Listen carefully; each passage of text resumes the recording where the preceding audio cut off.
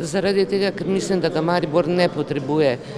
To velja za občine, ki recimo nimajo svojih časopisov, glasil in drugih medijev, ne pa Maribor, ker ima prisotne močen javni medij, močen časopis in več radijskih postaj in še nikoli, mislim, da noben ali časopis ali radio ni odklonil željam občine, da bi karkoli poročala s tiskovne konference ali kaj takega.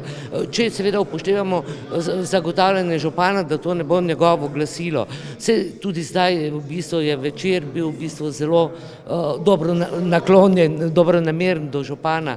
Ne vem, morebiti se boji kakšnih uredniških sprememb zdaj župan, ampak toliko je problemov, malih in velikih v občini, da se mi zdi to proč metanje denarja.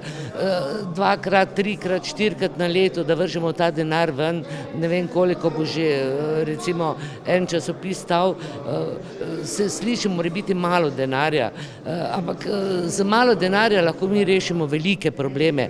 To ve recimo Upornik in še kdo, zato smo odločno proti temu.